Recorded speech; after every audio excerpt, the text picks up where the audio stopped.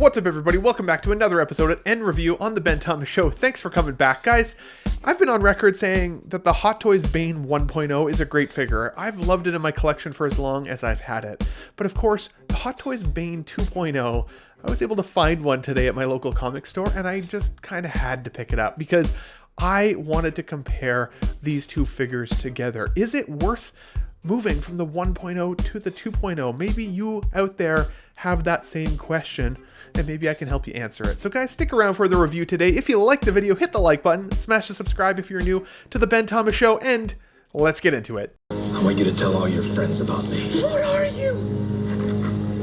I'm Bane Thomas. Go time! Here we go, here we go, here we go!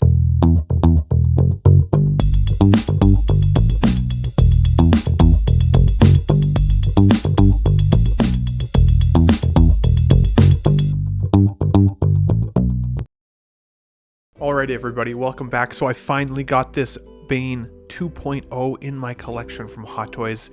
I got a great deal from my local comic book store here. It's called Another Dimension Comics here in Calgary, Alberta.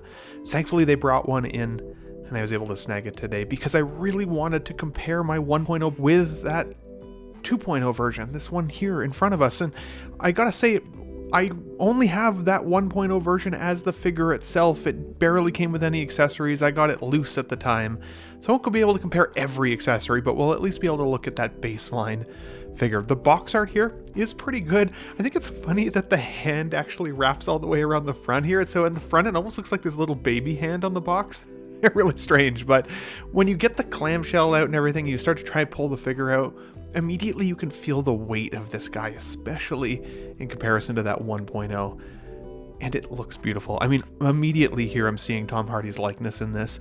Look at the wrinkling in the scalp. That's really interesting. I'm excited to see what that looks like in comparison. Again, the weight and the squishiness of the skin texture is also really strange. And in person, I do really notice quite a bit of like freckling and almost speckling on the skin. Now, this is the head connector, just in case you guys are wondering what that looks like up, kind of underneath there.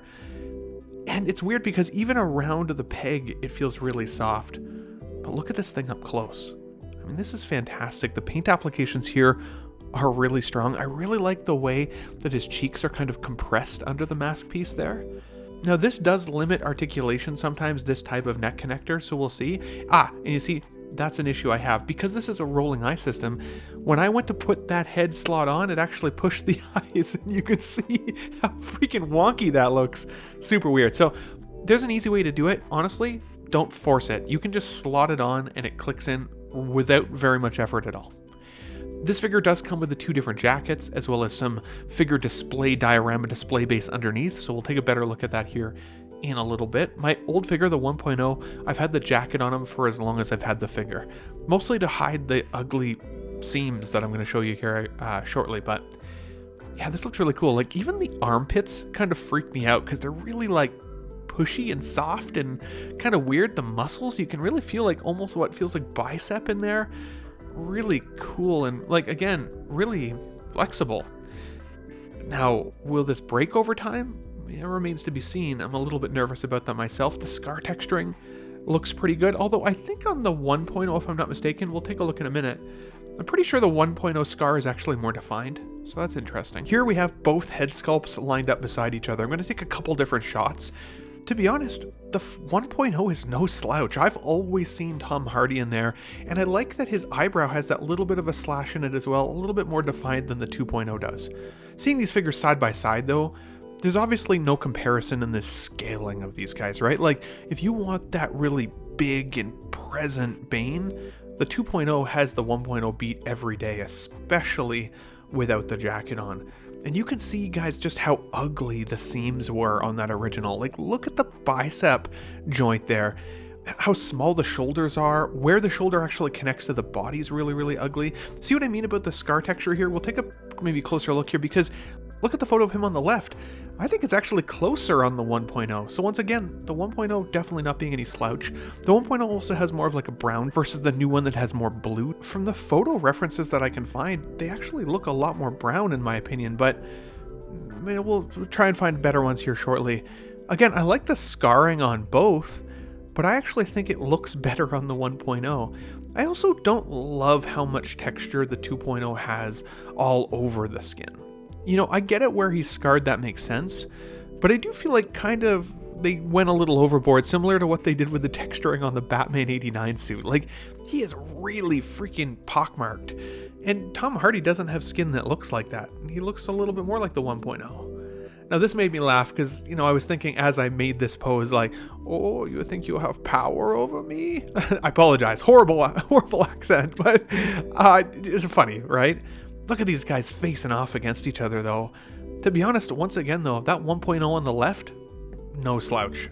Gotta give it credit. Is this worth buying the 2.0 for?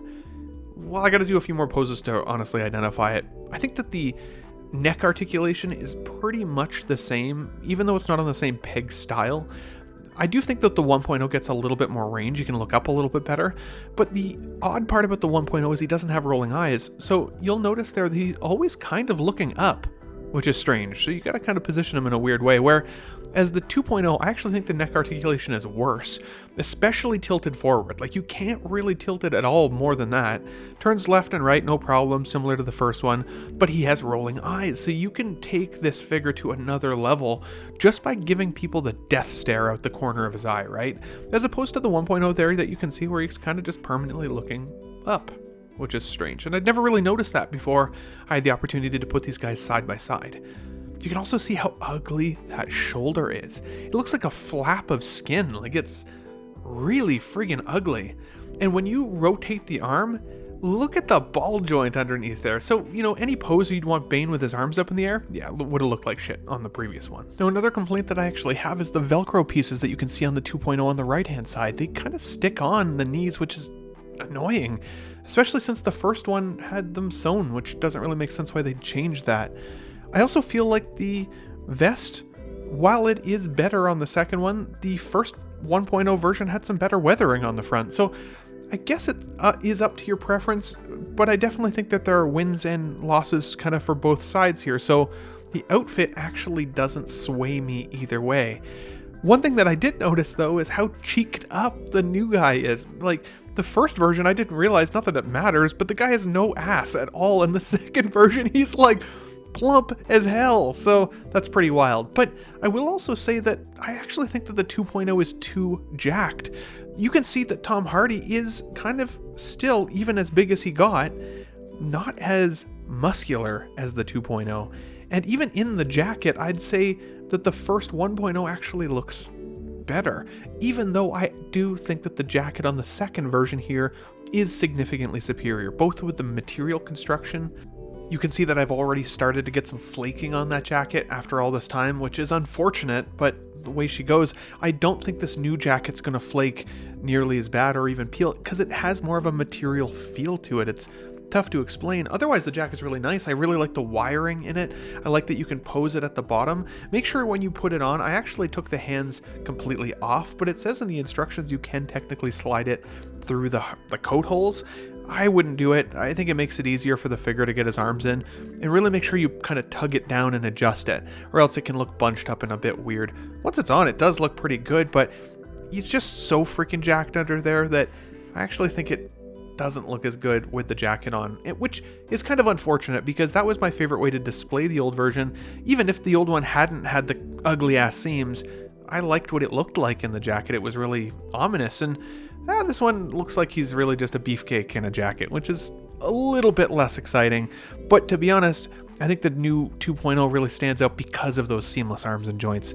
So, fair. I do think it's a miss that the new one didn't come with a Harvey Dent picture. I also, kind of wish that it had come with the black sweater, even though, again, that was a 1.0 version and not a 2.0 version. I wish that the 2.0 had everything for the most part that came in that first box, but it's okay that it didn't. I would have still displayed it in other ways. It also did come with this particular jacket, which I've heard is an absolute horrific experience to put on the figure. So to be honest, for the sake of this, I'm not going to put it on. I'm never going to display it with this jacket on to begin with. The material choice feels okay. Again, hard to tell what it's made of specifically, but it doesn't feel like it would necessarily flake. The hand selection is pretty basic, but the paint applications are good, and you do get that extra wrist wrap for when he's wearing the jacket. So it does look like it's popped out a little bit, as opposed to the other wrist strap that has actually more of like a forearm gauntlet. And you can see that in the instructions there. Now it's also weird because I also think that this is a bit of a disappointing base. While it's cool and I like the water display there, it's the same base I got with my Catwoman figure. And I get it, it's part of a display. You could technically have kind of both sides pitted against each other and that could look cool. But it feels like I already own this because I do. The only difference is that it's got the Bane nameplate on there, which is kind of boring. But for figure photography, it is really cool and I do like that aspect of it. So that's a win. I also noticed this didn't come with the chains like the Catwoman did, so I guess it's not identical. But it's pretty freaking close. Seeing him hold the bat cowl I think is really cool, and I'm happy they gave us the cowl as well. But the Catwoman also gave us the cowl, so once again, kind of a rinse and repeat of accessories between two figures that have been recently released, which I think is a little bit strange. Now I still have the old DX12 Batman here as well, so the scaling, Batman does seem a little on the small side. If you have the DX19, it's probably bigger, and then of course if you're getting any of those cool Armory editions, your figure is going to be scaled up much more appropriately to Bane now. Bane is now for me bigger than Two-Face, which is good because my 1.0, he and Two-Face were about the same size, which was a little weird. In fact, Catwoman even looked bigger than Bane before. So again, I think Bane is good for my collection. Now this does make me want to upscale my Batman, but I do have the Armory Dark Knight set coming with that new Batman as well. So that's what I'm waiting for now to replace the DX12 at some point. But again, no slouch. I still think that they look really cool together. And if you're a better poser or figure photographer than I am, I'm sure you can bring some of this stuff to Magic. I wanted to see how big he looked in comparison to the Rock figure as well, the Black Adam. And you can see the Black Adam is actually still quite a bit bigger, which is surprising because Bane really did feel like a beefcake in hand. And I would say he's more comparable if you have the figure to the Peacemaker.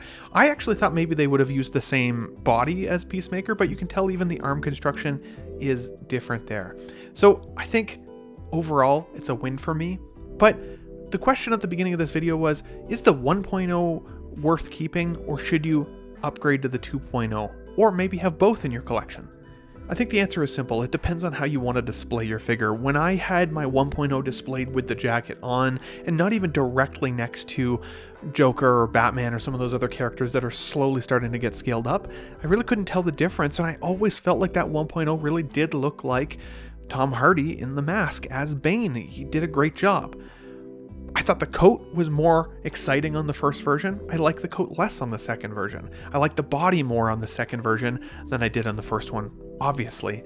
I like the skin texture of the first one more, even though I like the battle damage look more on the head and the wrinkliness of the sculpt. I also think that the paint applications are significantly improved. I like that they've given us rolling eye system now in comparison to that 1.0 that just constantly looked up. I really dislike that we got a rinse and repeat of accessories with the 2.0. Again, that Catwoman base, basically the same base, as well as another bat cowl, which this guy should have come with. I'm not sure why the Catwoman came with it, but this one also should have come with a picture of Harvey Dent, in my opinion. I think that would have been an easy win and very cheap inclusion for the figure, especially being a 2.0, and especially if you never got a chance to get your hands on the 1.0. Would I recommend this figure to you though? Yeah, 100%. I would still give this figure easily a 9 out of 10. Is it worth paying crazy secondary market pricing for?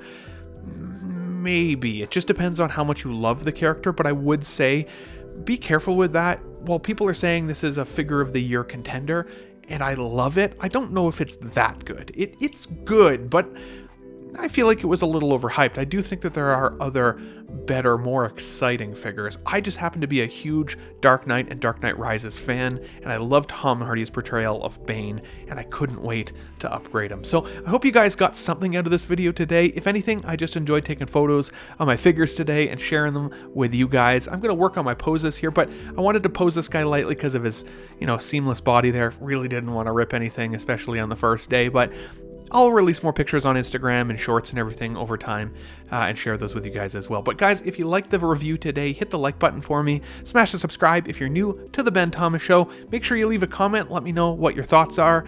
And guys, I'll catch you on the next one. Thanks for watching, everybody. Wow, what a great audience. Be sure to subscribe to my channel if you haven't already. Because subscribing makes you feel good. Where shall I go? What shall I do? Frankly, my dear, I don't give a damn. it's all gone.